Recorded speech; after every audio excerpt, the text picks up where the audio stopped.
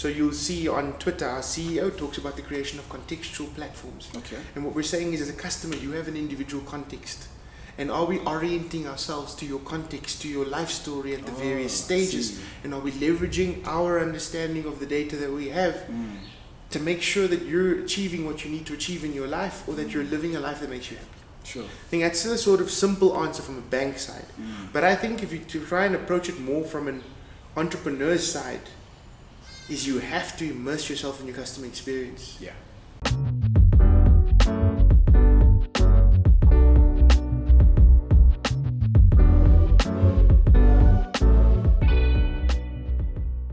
Hey, what's up, everybody? Sanbonani.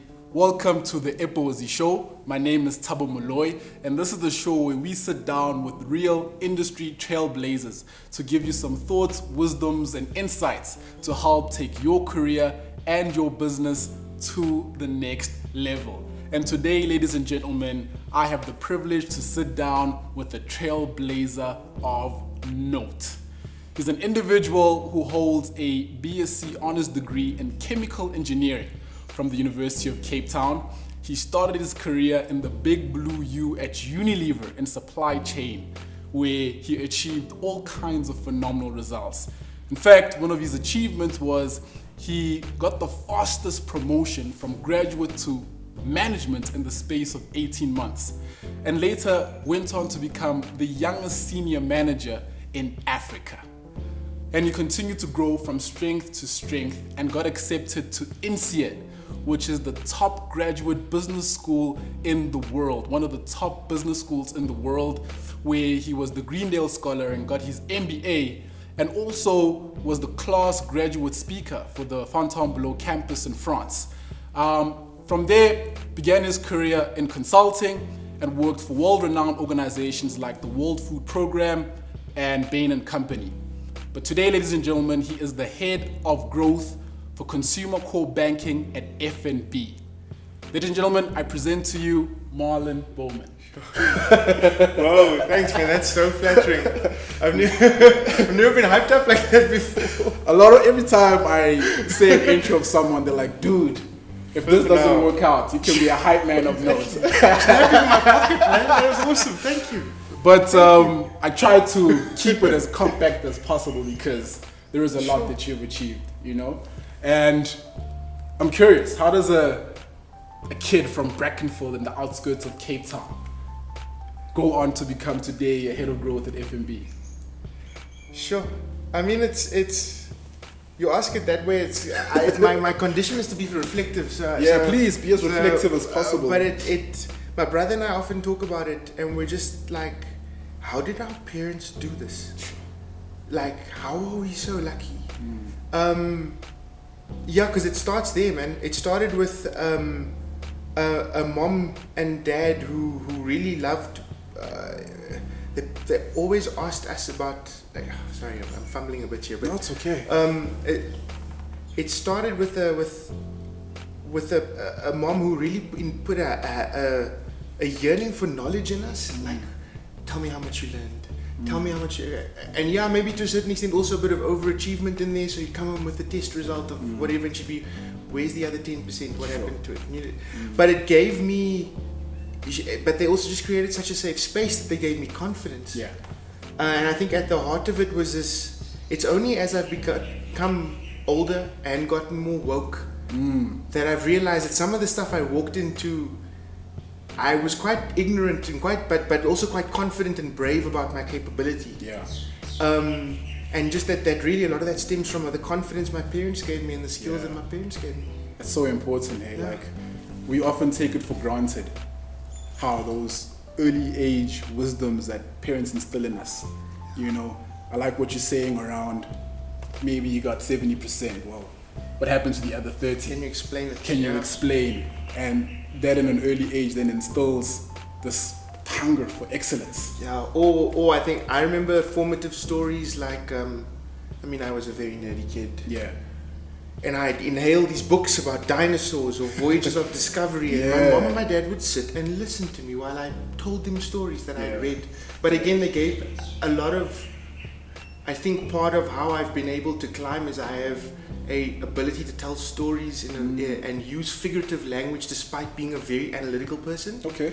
And a lot of that comes from a very nurturing environment. My mom taught me to love stories. Sure, that's quite interesting. Yeah.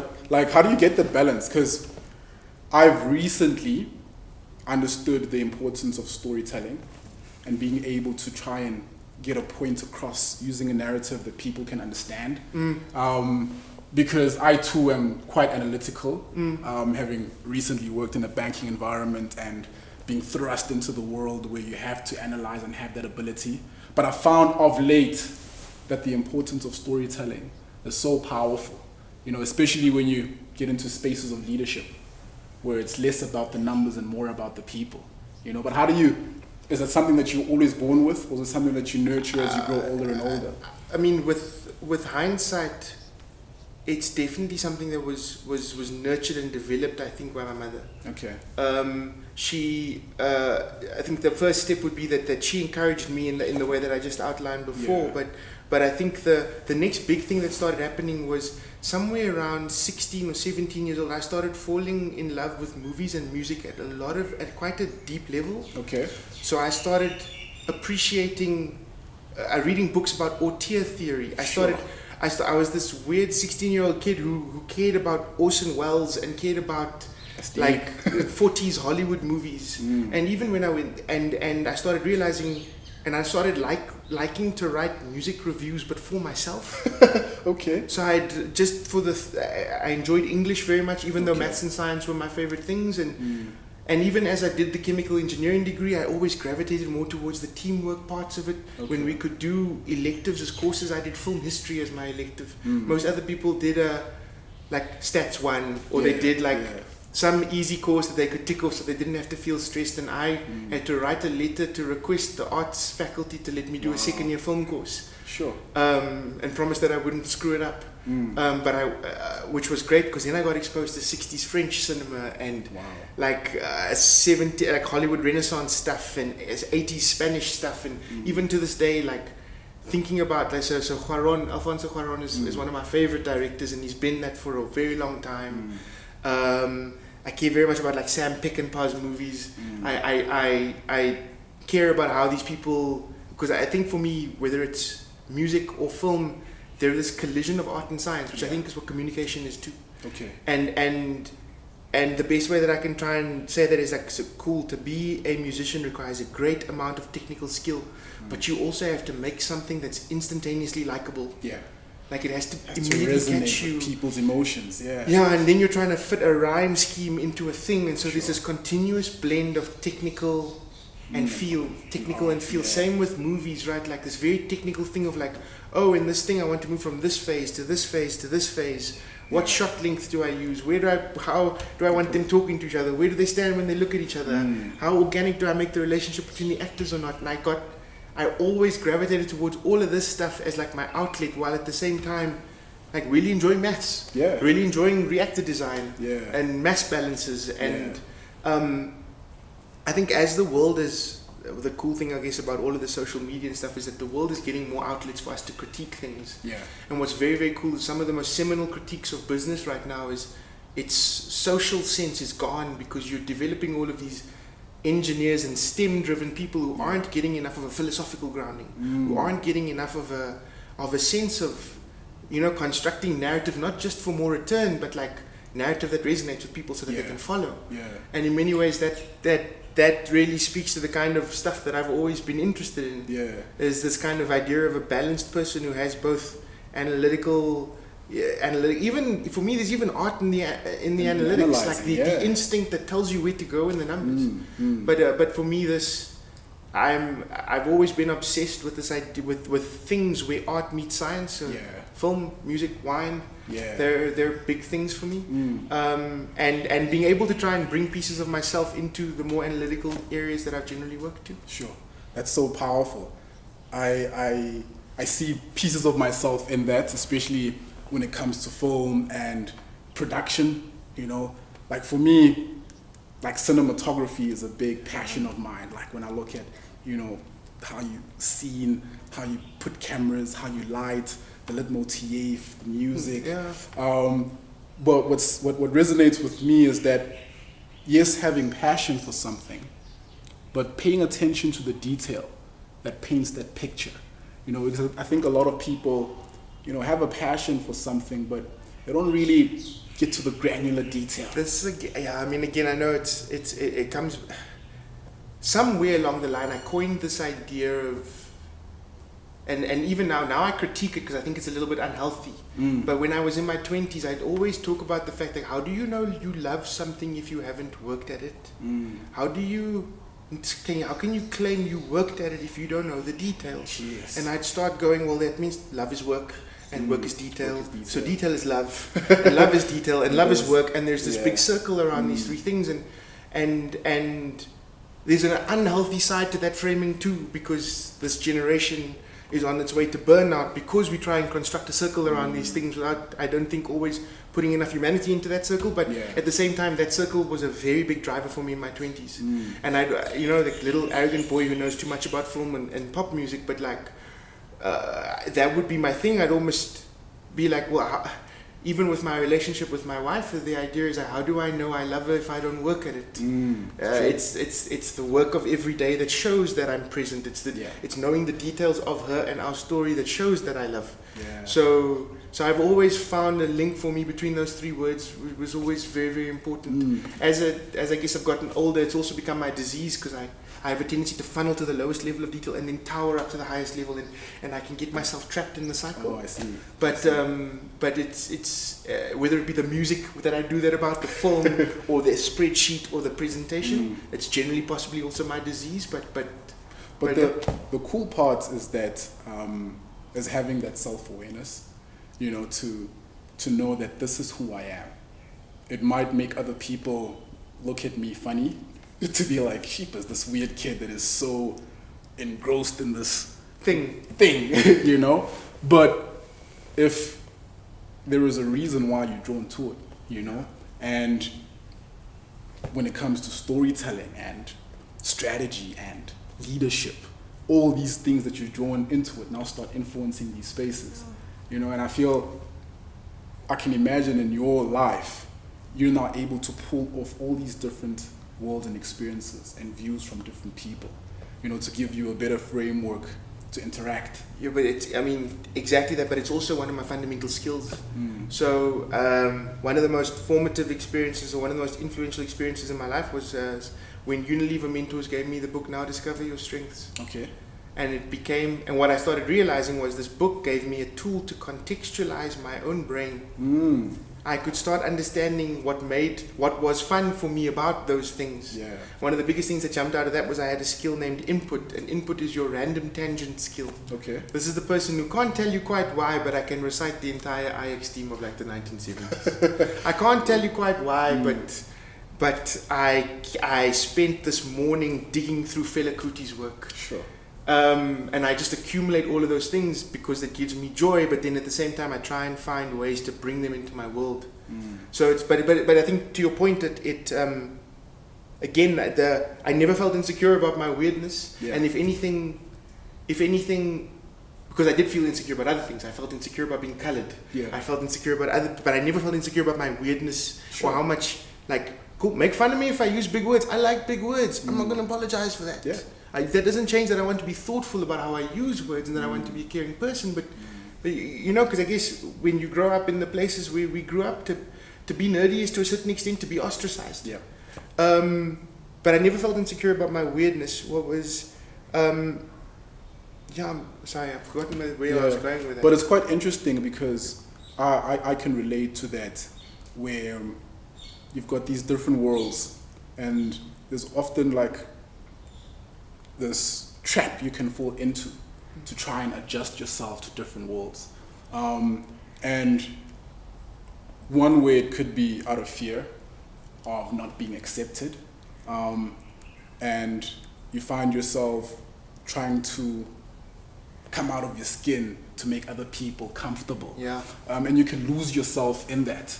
And I feel that in the world that we live in today, it's very, very important to own your individuality, because that's what sets you apart. Not just that's what sets you apart, we're increasingly living in a world that's too pressurized for you to try and maintain a version of yourself. Yeah.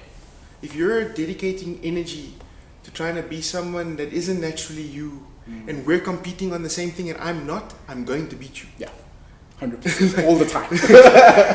And that was also, so there's also just a straight path of least resistance argument for why you have to be yourself. Yeah.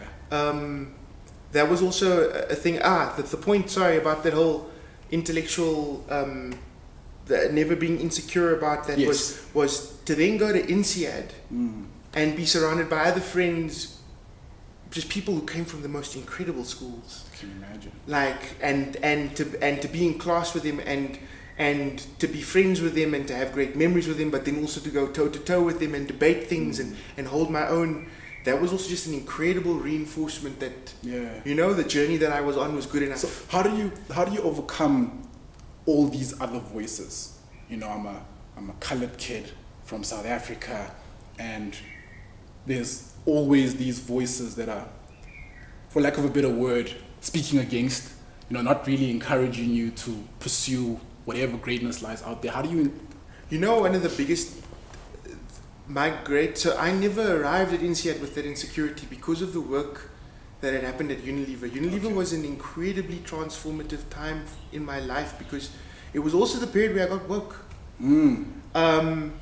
Up until that point, to be a colored kid raised in the 80s and 90s is to believe that white was right. Sure. Right, like my parents paid for accent classes, guys, when I was like 6 or 7 years old. Really? I went to a speech and drama so I could speak, you know, like elocute. Wow. And I went to a colored primary school and then eventually went to a high school that was Model C, but it was colored too. And so when I got to university and I had really, really good marks, and back then UCT used to stream you academically, so I ended up in Smuts Hall, and my best friends were white. I was embarrassed where I came from. Sure. I never took a girl home. Really? I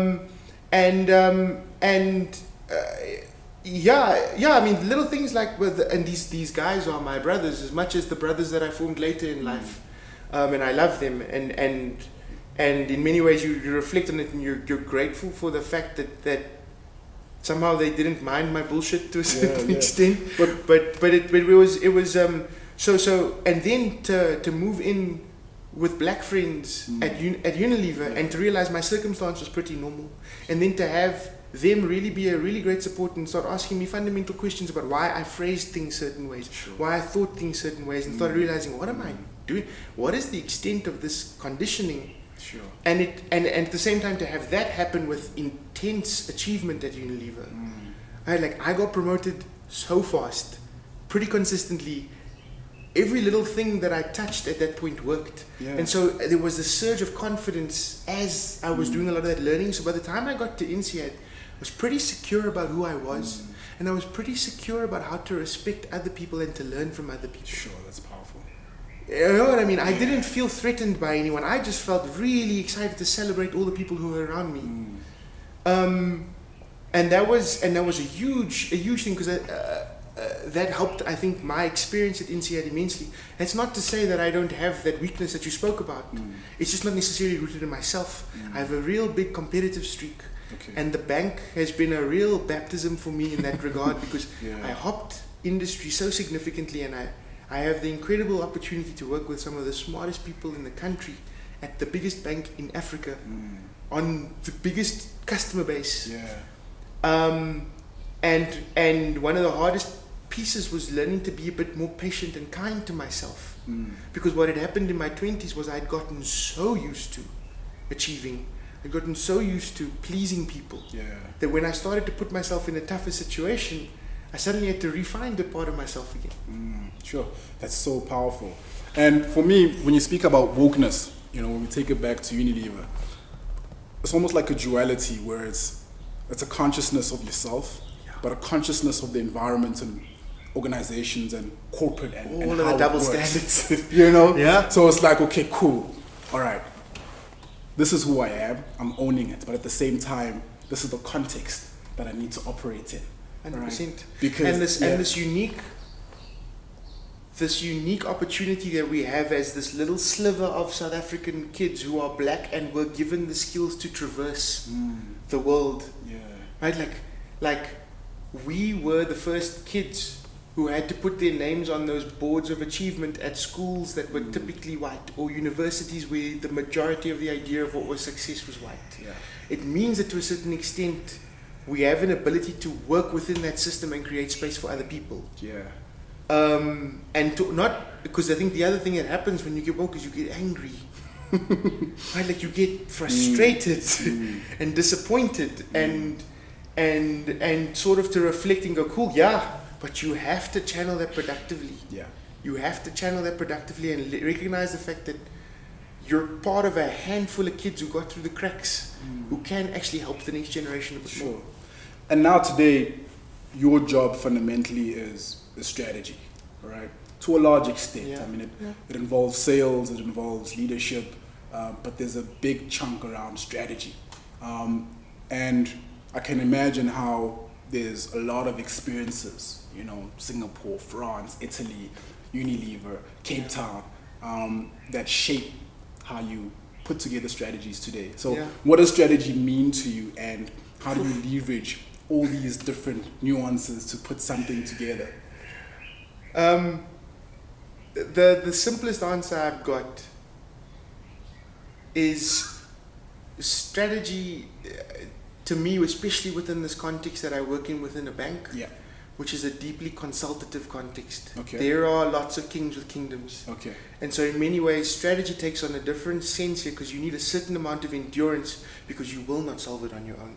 100%. It is too big. There are too many variables. There are too many stakeholders for you to think that you could lock yourself in a room and magically emerge with an answer. The answer will have to be constructed collaboratively. Okay. The answer will have to go through the hard yards of catching multiple people's opinions. It is both the blessing and the curse of the bank, in that sense, of these modern banks that come with all the infrastructure and everything else that comes with them.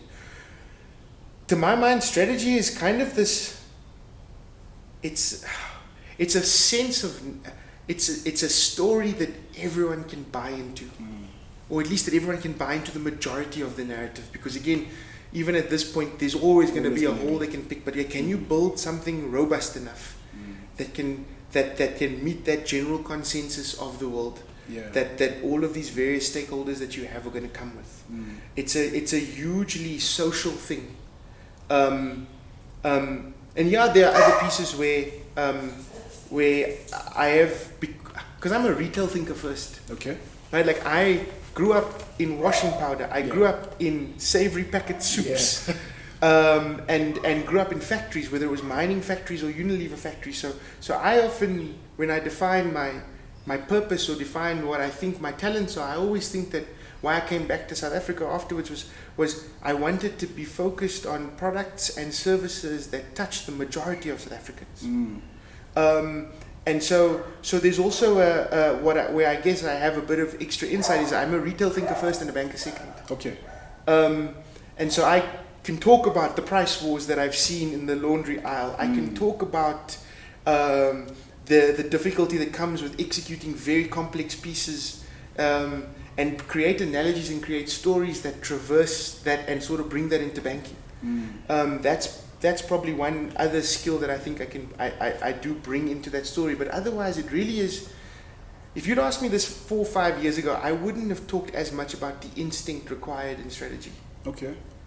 But it is, because even with all of those consultative elements to it, where you're socializing it, but I guess the time in the bank has made me deeply appreciative of what it means to put an answer down, be brave enough to socialize that answer, and then take those people's feedback and make your answer stronger. And in fact, even there's a bit of a tell, not your answer anymore, it's our answer. So I don't know if that succinctly answers it, but I guess there's it makes a lot of sense, and there's so much we can unpack, from that. I remember when I also joined a bank, which was more private, less retail. The big focus was on shareholder value. How can we unlock as much return on equity here so that we can release value to shareholders? And when I walked in, I was so used to stakeholder value, to say, guys, this is the spaces and communities we operate in. We need to be mindful of the South Africa. We need to be mindful of the majority in South Africa, so that the strategy is in line with where South Africa is and where it's going. Because if we're going to focus on a minority that's not reflective of the majority, then there's somewhere along the line, this pie is going to get smaller and smaller until we're out of business. So I like what you're saying in the sense of this impacting as many people as possible, but in the right context and in a way where you're consulting and collaborating.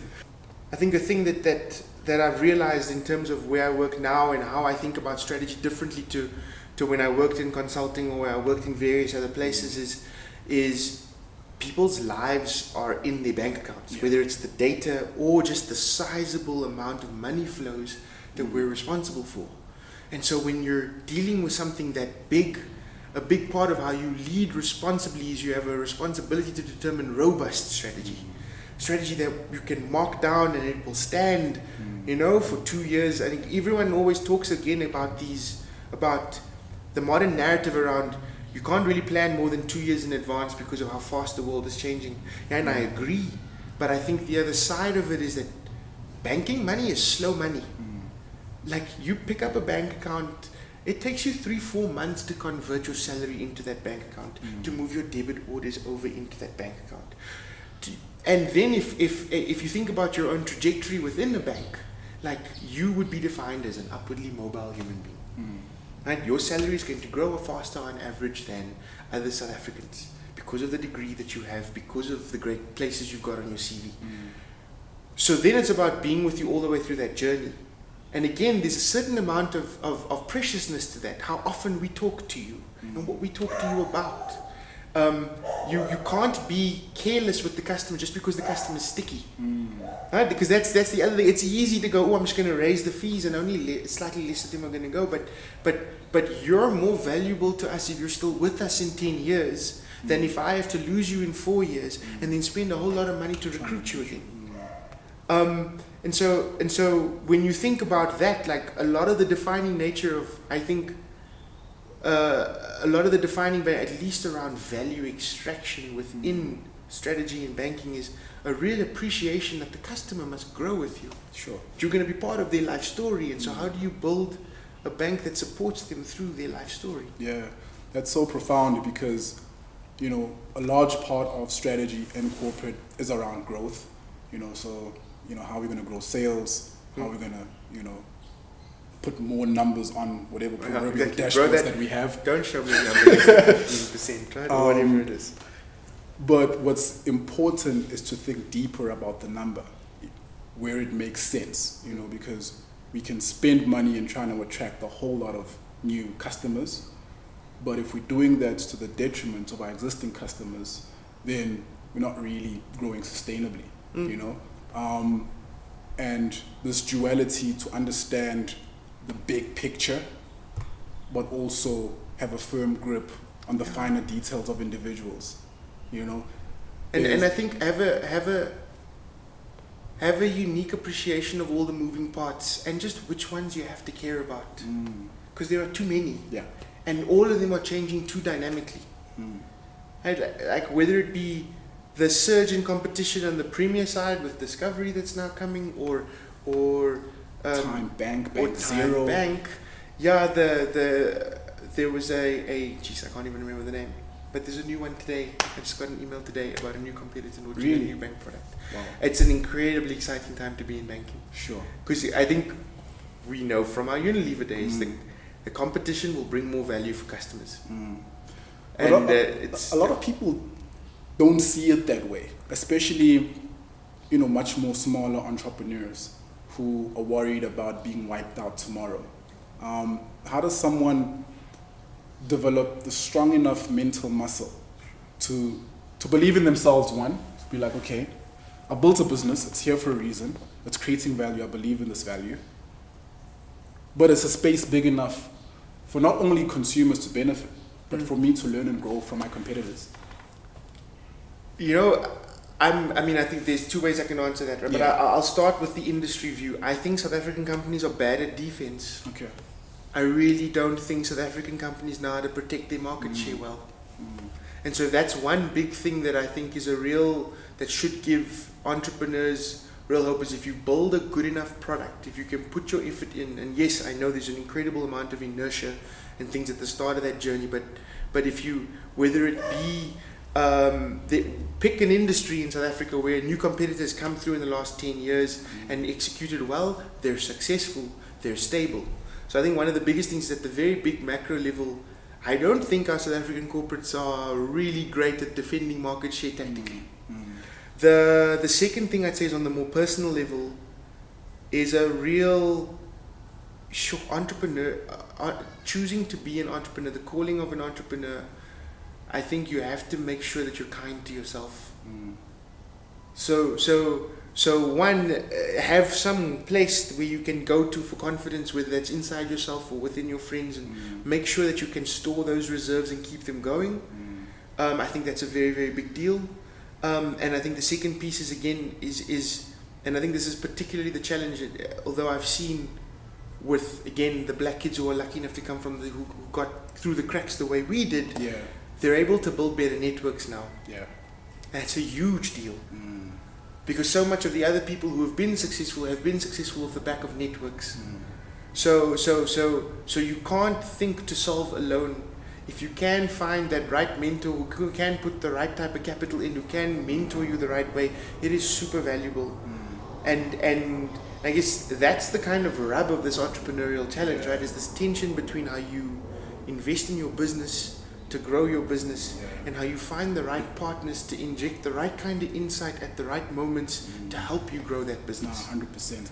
I think for me, the one thing I'm grateful for when it comes to the education spaces we've been afforded to be a part of is a desire and hunger for learning that just lights up, it gets lit up in you, where when you walk into corporate, you realize that actually that is what I can use if I'm competing as defense, all right? So if a competitor is going to come in and give me an opportunity to learn, sure, that's fantastic, because then it's more arsenal I can use in my growth. So it's almost this mindset to have a view on learning and be willing to learn, you know? Because I think a big challenge is, especially when it comes to leadership and strategy, is thinking that you need to have all the answers. You know, and I like how you speak about networking and you speak about it being a collaborative process, because then it frees you from this burden of needing to close yourself and I think it's exactly that, this pressure that you will save yourself every single time, when, like, just on the flip side of it, because it's all very topical on Twitter and stuff right now, right? People are going, it's lit, there is no such thing as a self-made billionaire. Sure. Right? And they're saying it critically, because they're saying that you have to quote unquote exploit someone or not pay them fair worth in some way, right? But I guess the other way that you and I think there's a lot of value in that discussion and critique, but I think the other way is also, like, no one climbs any of these ladders alone. No one's climbing alone. So the idea that you think that you should be climbing alone, like, one, you're not being kind to yourself, and two, you're not being realistic. I mean, you work in a bank that's, you know, world renowned for being quite innovative. You know, a lot of innovations, a lot of accolades and awards F&B has won, and we're in an interesting space at the moment. You know, we mentioned a lot of competitors coming in. You know, Michael Jordan and, you know, other players and Time, and even other retail banks. You know, Post Bank and African Bank. Firstly, you know, what is innovation? You know, what does it mean to you? And how important is it to stay competitive? How important is innovation? How do you use innovation to stay competitive? I mean, it's the only way you survive. It's the simple, you have to build it into the lifeblood of the organization. I think I mean, to be honest, I'll tell you, I hate that question. Okay. Because I feel like the answer to the question is, if you don't do it, you're dead. Okay. So it's a... But what I'd probably prefer to then say is what's amazing about the space that I do work in is the way in which we're encouraged to make ideas the currency. Is the way in which you're expected to solve, and it's almost it's so baked into the culture now that it's not a separate word. If you know, I know what you're saying. No one's telling you need to be innovative. They're telling you solve the problem. Okay. that's the language that's language. used, right? Yeah. Because if you solve, you will be innovative. And it's more focused on solve the problem properly, solve the problem for the customer properly. Because if you center the customer properly, you know, and you do the hard work around that, your result will be innovative. No, 100%. It's almost like, so recently I've been trying to meditate a lot. And when I first heard about meditation, I thought it was completely weird. That I don't understand people that do that. Because basically most of meditation philosophy is around breathing. And I'm like, but I've been breathing my whole life, you know. But it's about how you breathe and the depth of your breaths, and how you use each breath to really go within yourself, and how that affects your physiology and everything else around you. That's how I think about like solving problems and innovations. If you're in business every day, I mean, you get hired to come in and solve problems, you know. But if you want to grow and, you know, reach consumers at a level that's robust and impactful, then it's about, okay, cool, how deep do you breathe? You know, how in depth do you go in understanding the problem and your empathy for that consumer? I mean, I completely agree with you, but I also think on a more personal level, it's a huge comment on how we were kind of raised in the corporate that we grew up in. Yeah. Like whether it was product design or whatever other pieces, we were taught to center the person we were serving next, or to center the consumer we were building for at all times. I think, especially now as those FMCGs are essentially coming under attack by companies it's very difficult to defend against. You know, small companies, nimble companies making custom, homemade, high quality things. That you shouldn't forget that in the preceding 10 or 15 years, those organizations defined the way that a lot of modern organizations still need to start thinking about their processes, their product design. So how do I do that? Because obviously, like, you're 100% correct. I see it every day, like this hyper customization. You know, everything every day is being more and more customized and towards engineered, you. and You know, like the data that we just freely give to these huge organizations, who then in turn tell us who we are and what we need to buy because of this hyper customization. But you know, our school that we come from, you know, where it's like a lot of retail mass product. You know, you think of a gold check account, you know, and how broad that is. How do you then step into a world that's moving towards this hyper customization with a product that is quite, you know, broad in its design? Sure. I mean, I guess there's so I think I can talk about it two ways. I'll talk about it. I mean, the short answer for F&B is to show you how good we are with data. Okay. That's the short answer. It's a data play. Yeah. In the same way as whether it's the banks and how efficiently they use data. I mean, that's going to anchor what Discovery does. That's anchored how good Discovery's been in health, right? True. And it's anchored how good we've been too as a bank over the years. Is our ability to mine the data for insights. So I think on one hand, that's the short answer for how you're going to start creating these gold products. So you'll see on Twitter, our CEO talks about the creation of contextual platforms. Okay. And what we're saying is, as a customer, you have an individual context.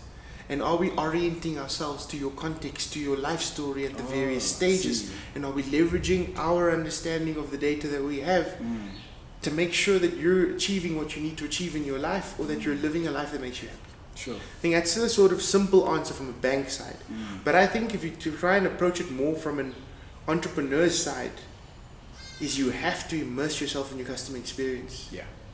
You really have to be able to get inside the head of your customer and how they feel at the various steps of going through the process of purchasing your thing or interacting with your thing, and trying to preempt the needs and the angst points that exist in that thing. Again, it's if you center the customer properly, you'll build an answer, you know, that appreciates their context. Whether, like, if you think about how on-demand services are trying to be built, and how all the latest releases have stressed choose your location, your starting point location, because they're recognizing, so many times people are saying take this thing to here because they haven't checked where they were in the last moment on the app. It's a simple thing, but they know that's an angst point, and they care about how people work within those digital pieces. So that ability to map customer experience And I'm not, because I guess, look, UX is fashionable and designing UX, fancy UX, Yeah. but just slick UX, not even sexy UX, slick UX that appreciates Simple, customer it experience. works. I like it. That's the differentiator. I think. Sure. That's so true. In the space that we work in, we deal with a lot of like small businesses in the township, and one of the big struggles is mindset around, I've got this idea. As soon as I find out that someone else has the same idea, I lose a lot of confidence in that idea. Yeah. And there's this notion that we're trying to instill that you don't have to be the first to be the best, all right? So we can speak about Google, we can speak about Apple with iPhones, we can speak about Facebook with social media. Now, with F&B, there's Bank Zero, and then I've recently read about e-wallet Extra, all right? Where not the first, but certainly has the potential to be a game changer and the best. Yeah. So I want to find out from you, what does it take to compete in a space where you're not necessarily the first, but you can certainly gear up to be the best? Okay, again, I'll try and answer, because I think the answer big business versus small business is very different. Yeah. The beauty of big business, the thing about brand and big business brand is brand equals time. Okay. Because we have that great Brand. F&B brand, I Yeah. don't have to be first mover. Okay, I see. We've built our history on being first mover. Don't get me wrong on that, right? But if someone else does it and then F&B does it, I've got the backing of that F&B brand. Yeah. I will see greater take up. So on the one hand, there's a bit that just goes, especially when you're in these big businesses, solve it properly and don't panic. Okay. Solve it properly and don't panic, and trust your brand and trust your history and trust your ability to put the best answer up, because you'll be fine. Yes, there's always urgency related, but I think if you can understand. No, 100%. So I think that's the first thing is whether it be e-wallet Extra or any one of which, I mean, you're exactly right. I love that product. I'm very excited about that product and the journey that we're going to take it on over the next few years.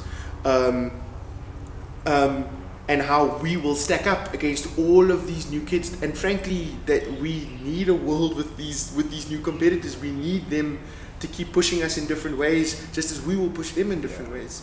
And I think so. I think for me, on the one hand, that's the big brand answer. I think on the little brand answer, we talk about you don't have to be the first, but you will still be the best. I think the other side of it also is stop treating failure like a dirty word.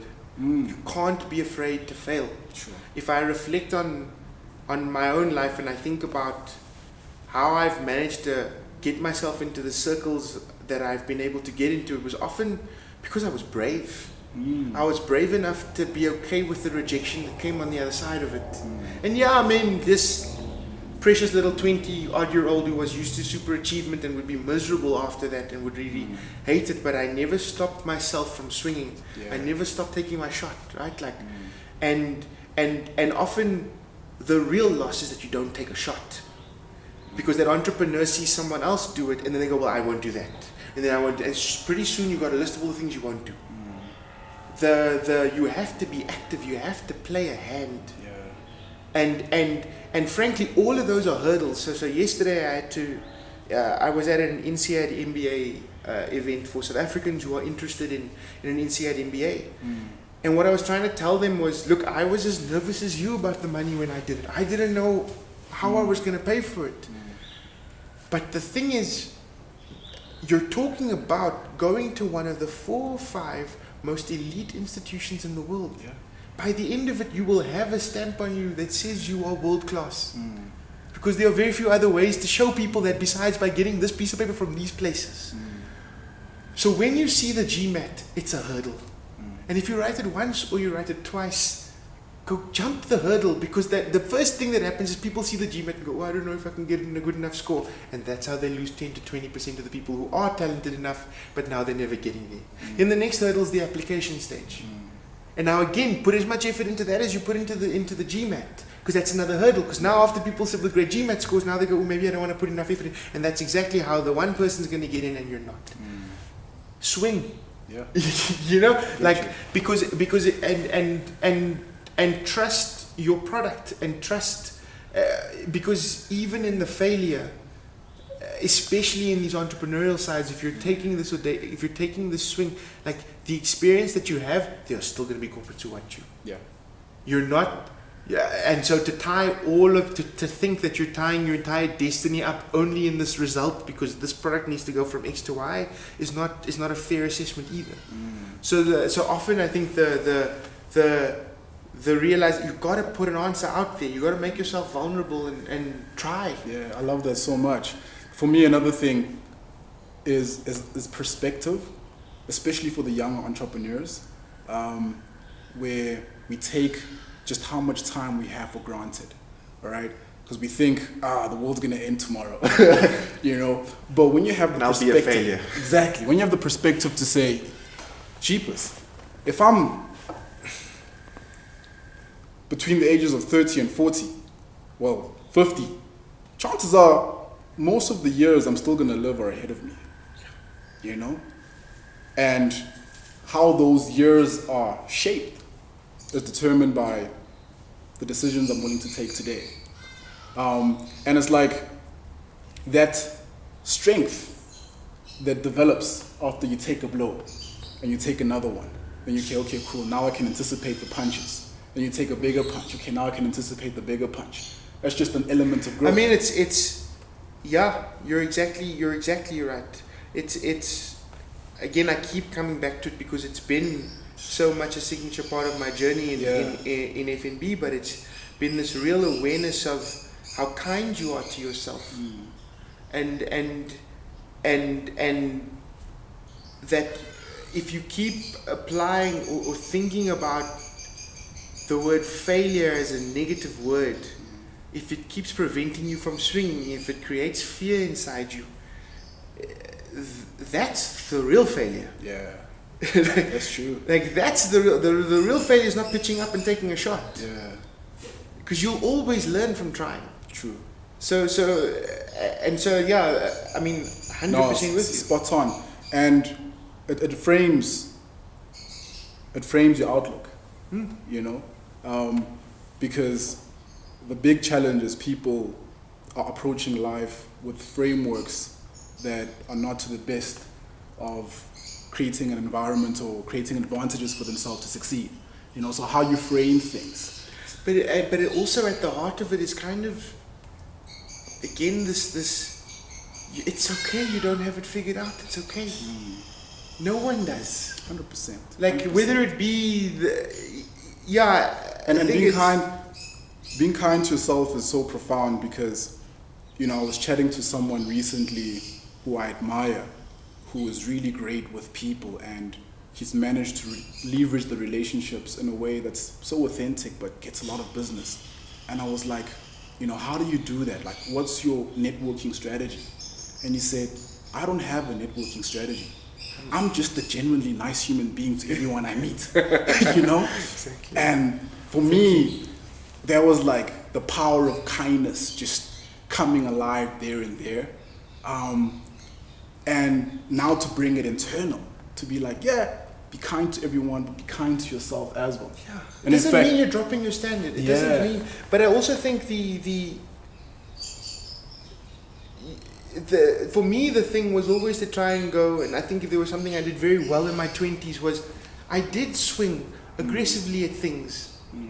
I got lucky that I connected on most of those swings, but like, I'm happy that I swung because the result was I started understanding how to orientate the world towards my strengths. Okay.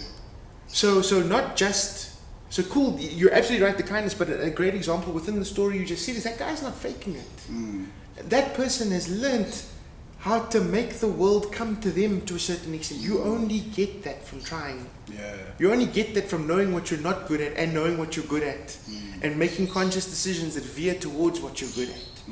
So the other side of it is yes, there's the kindness when you fail, but there's also this appreciation that really you need to appreciate what you're building when you do that. And I think also to your point that like especially when modern corporate is becoming as dynamic as it is becoming, people who are stress tested that way, who have, it took me a long time, and I've only really recently appreciated the fact that I would often describe myself as resilient. I wasn't resilient. I was brave. Sure. I was a brave kid who was very, very smart, who worked his butt off and wasn't afraid to swing. Yeah. Resilient is very different to that, because resilient means you get punched in the mouth and can you get up? Can you get up? Yeah. Right? And through my 20s, I didn't really get punched. But you showed up. Yeah? But now that I can see that, now that I've had to ride those things in a professional life, in a personal life, in the way that your 30s comes along and adds, those notches, that those curveballs, when people you care about get hurt, or you put your heart and soul into a piece of work and it doesn't come right, and that's resilience. And entrepreneurs, they're building that in tanks, at scale that other people just simply don't. And so what they're building isn't simply confined to that product too. It's the story of themselves in it. 100%. And the brand aspect of it that you can later leverage is so powerful. But that brand needs to authentically come from you, so that over time it can then develop and grow, but its core fundamental principles stay true. So if you're a person as an entrepreneur who naturally shows up, find small spaces if you need to overcome fear, but then look for bigger arenas to constantly show up.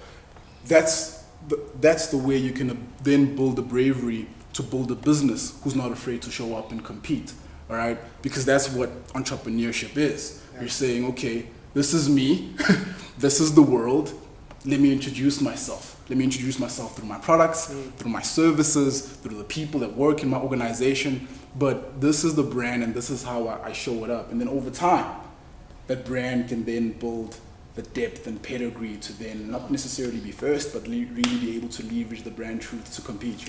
I think what's also important, I think when you if you are getting stressed or fixated about the what if I'm not first, because I can understand it, right? Whether you're battling for funding but I think the other side of it is we underestimate what it would mean for this economy to grow, and how much more opportunity it creates. Like if you go to a Western economy, man, there's a Starbucks on every corner because there are that many people who can afford to buy coffee. And so there's also the piece that goes, hell, if you are building this thing in the right space, there's no reason why 2 can't exist. There's no reason why 3 can't exist, provided it's the right thing in the right space. But we're so conditioned, I think, to thinking there can only be one, or there can only be... No, there's room. There's room if the product's good enough. Pitch up to your point. Take a swing. Take a swing. And what I like about taking swings is that it also proves your capability, right? Because you might not necessarily connect and hit in a big way, but when I see that, damn it, this individual can swing, you're never going to consistently hit if you don't swing. I'm like, I can back him based on his swing, Whereas entrepreneurs, especially, early stage entrepreneurs who have this idea, feel like finance is the stepping stone to starting, all right? Where if I don't have the funding, then I can't really open my business. And it's like, find a space, where you can really test concept, even if it's one person, even if it's a conversation, but find opportunities for you to swing as much as possible, so that then you can start building a model and people can then start seeing credibility that's worthy of investment, Yeah, look, I think, so this is probably the one side where I'll say the challenge, I think, because if we're going to talk specifically here about someone who is the township entrepreneur, then we have to also talk about some of the unfortunate constraints that are there that just it makes it so much harder. So I'm 100% with you. I agree that hunger to test, if you can test at scale, find it that way. I think what often sadly is happening to South African entrepreneurs is they're getting blown out of the game before they even get into the start line. And it's I think the biggest thing that I'd kind of say to someone like that who's kind of going, Flip, I'm doing the calculation and I just don't have the capital. I just don't have the space. Is again, I'd start with be kind to yourself. That's okay. On average, the hand dealt to the average South African is a shitty one. But so if it means that you need to take a step back from that to re-establish the life that you want, and you can do that, then do that first. Because I think, and I don't mean to pick on it, but I think the danger for me sometimes is it can get a bit too motivational speakery. Okay. If you know what I mean, saying, around just find the answer inside yourself and it will be there. And flipping hell, sometimes it's not there because the situation around you is really shit.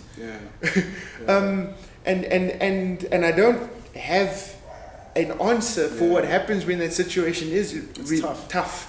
But I think at the heart of it would be if you can find some way within the space of what can often be very difficult circumstance to be kind to yourself, to maintain your joy, and to find ways to just sustain your patience so that when your gap is there, that you are in a position to take it. Because you've got to trust your instinct and how you read that world too, right? Because I think often what can happen is if you live on a diet of Vusi Tembakwayo's, like it's the way it tells you to swing, and even the way some of our conversation has gone, right, is often not necessarily what some kid with big dreams in the township needs to hear right now. No, like it's kind of like, it's okay. Just slow down, figure it out, and plot the right path. And if your story is 10 years from now, that's your story. Love your story. Own your story. Sure. Because, even if I reflect on my own one in the way that I have changed my ideas over the last 4 or 5 years of what I thought I wanted versus what I want. And again, I have the luxury of a pretty damn spectacular story, right? Like, very little's gone wrong. But at the same time, there are often moments where I can't resist the need to want to compare to other people, and go, okay, well, you're 35 now. Do you want to be a CEO? Where does it go next for you? And especially now when I've changed industry. Like I went from swimming to cricket. Sure. I changed codes, and I'm still doing it at a very high level, and I should be kind to myself with that. And if that means that, and if I want that kind of thing, but my story is that I earned that in my 50s, that's my story.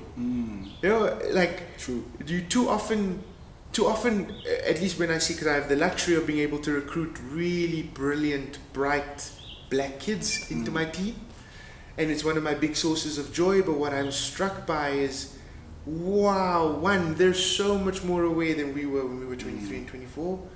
But two, they're putting themselves under so much more pressure. And these are kids with chemical engineering degrees working at F&B. Sure. Right? So what is a kid in a township who doesn't have that putting themselves under? So I know it's a bit of a segue into a different lane of interpretation on it, but I do think, again, if there's a theme that I guess is coming out of this, it's that I'm, whether it be in my own personal life or the people that I'm surrounded by or in the corporate world that I'm in, I continually come back to this idea of we're so driven, we're so inundated with these ideas of what achievement must look like, and we're so desperate to try and show it to the world that in the end all we're doing is beating ourselves up unnecessarily and kind of denying the beauty of our own stories. So true, so powerful. I think for me, what I get from that is having an empathy for yourself as well. There's this thing psychologists call fundamental attribution error, where if I'm close to Marlon and Marlon does something wrong, I attribute it to his character. I don't have a look at his circumstances and situations that might have led Marlon to be late or Marlon to maybe slack a bit in the office. But when I do something wrong, I expect Marlon to be aware of my circumstances and not point at my character. And I think we need to look at ourselves as well. And I like what you're saying around motivation speaking. And sometimes I get called a motivational speaker. I cringe because that's not what I want to be. I want to go to that granular detail to say, okay, cool, this is the problem. all right? And It's got to be rooted in substance, right? exactly. And I'm aware, or you're aware. Okay, cool. Now that we're both aware, all right, how do we then best find solutions for this problem? You know, but so much, you know, has been spoken by yourself, and there's so much truths that I hope people, you know, can pick up. But one of the things that I absolutely loved when I watched your 15J speech in Fontainebleau in that amazing tie. I love that tie. You still have the tie. Yes. Here, I was like, actually, sir, no, it's the fanciest tie I own. Oh man, by far the fanciest tie I own. Loved it. But we'll flip now. I may as well. Yeah. This concept of a version of yourself and seeking to become a better version of yourself, and how that plays out in your entire journey. You know, when you look at things like potential and how much potential I have and things, all it is a version of yourself, and you need to define how you can become a better version of yourself. You know, so I want you, as we close and wrap this up, to the people watching this, any wisdoms, thoughts that you can give for people to embark on this journey of seeking better versions of themselves? Well, yeah, I guess flipping now that. So firstly, thank you. That's very, very, very flattering. The entire thing's been flattering, because I think if I was going to start, one of the I don't feel that any of the stuff that I've done gives me any right to pontificate. Okay. I know that's it's part of how I struggle often, because again, my friends will all they'll tell me they talk to me about the fact that I have this skill with words and narrative, own it, use it. and own it, use it. And I go, yeah, I am. I don't feel. I enjoy inspiring people, but maybe there's something about me that's skeptical about inspiration at scale. Okay. But thank you. I mean, because that speech is it's a moment that I'm incredibly proud of, and I think those words have become very cheesy in the last 4 or 5 years. Even back then, maybe they were there too. But I think if there's a thing here, it's just own your journey and be respectful to the people around you. The own your journey will mean you find maybe you're that person with a bit of fight. You know, maybe you like giving people a bit of a hard time. You can still be that and be kind to people. Yeah. You can still be that and so I guess that the biggest thing when I look back is just that I'm so grateful I had the confidence to try. Yeah. I mean, I applied for 50 bursaries when I was in grade 12. Sure. I literally, my mom and I wrote 50 different letters with CVs. We went to the postnet, I printed all of them, I sent them off to everyone, and I got 2 bursary offers back. And that's how I paid for university. And then when I wanted to chase jobs, I applied for them and I practiced for them, and I always tried my best to be good in the thing that I chose to do. And I got way more reward than I sometimes feel I deserved for the fact that I pitched up every single time. I was quote unquote a keen being, a bit of a nerd, however you want to frame it. But with hindsight, it was that if you told, like, if we were like, cool, we're going to do that thing on that day, I'm going to bring my best on that day for you. And I'd say, like, again, especially when you're talking in South African context, especially if you're talking to South Africans our age, there are some of them who are going to be unfortunately overpowered by the shittiness of these circumstances. For those people, like, don't lose heart, stay kind to yourself, and just try and build piece by piece. And if you're lucky enough to be on the other side of the line, then swing big. You know, I guess that's kind of the nuance that I would try and say it, because I don't know what happens from here. I'm excited about my life with my wife. I'm excited about building a lot of my professional career on this continent. I do know I'm okay with the fact that there are going to be failures there. That when they come, I'm going to be okay with them. And that it's not going to stop me from wanting to learn more about myself and trying to help more wherever I can. Wow, that is amazing. That is deeply, deeply profound and powerful. Guys, this is probably one of those videos you're gonna need to add to your favorites, add to every playlist you have. Probably gonna need to watch 4 or 5 times. I know I am, because there's just so much being unpacked here. Thank you so much for watching this. I trust it has impacted you more than it's impacted me, because believe me, it's impacted me a whole lot. So if you're offline, make sure that you switch on. And like I keep trying to tell you, I promise you, it's gonna be a movie. One love.